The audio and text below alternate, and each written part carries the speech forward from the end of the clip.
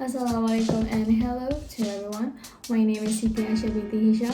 I'm studied diploma in photography and creative imaging, and I'm also part of CXVII panchromatic team. So I'm going to present some of my artwork that I studied through this semester one, and hope you guys enjoy it. For the first picture, it's about lines. The subject is a bench. I zoom in a bit so that I can see the lines and also the detail much closer, and I change the setting color to black and white to make it more dramatic. For the setting is aperture 3.5, shutter speed 160 and ISO 100. For the second picture, it's more to a frame.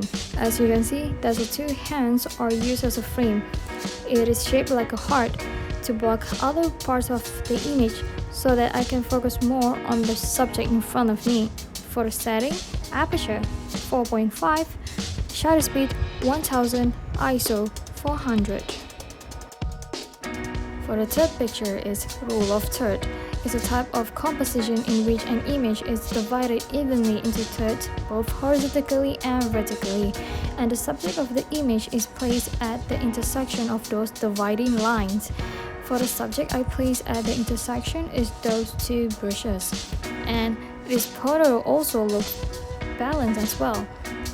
For the setting, it's aperture 4.5, shutter speed 500, and ISO 100. The next picture is a bird's eye view. It's an elevated view of an object from above with a perspective as though the observer were a bird. This shot was taken inside the mall, and as you can see, when you lower a bit the angle, the people down there looks very small. And for setting is aperture 9, shutter speed 15, ISO 800. The previous slide is about bird's eye view, and this picture is about worm eye view. It's a view of an object from below as though the observer were a worm. So this is also an indoor shot, and I crouch a bit and put my camera on the floor to make it like a worm view. So for the setting, it's aperture 8, shutter speed 15, ISO 400. The next picture is HDR.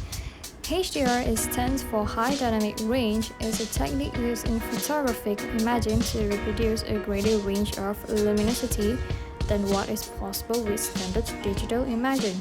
So you need to just shoot with 3 or 9 photos or more with different exposure levels and then mash together with the software to create a better picture.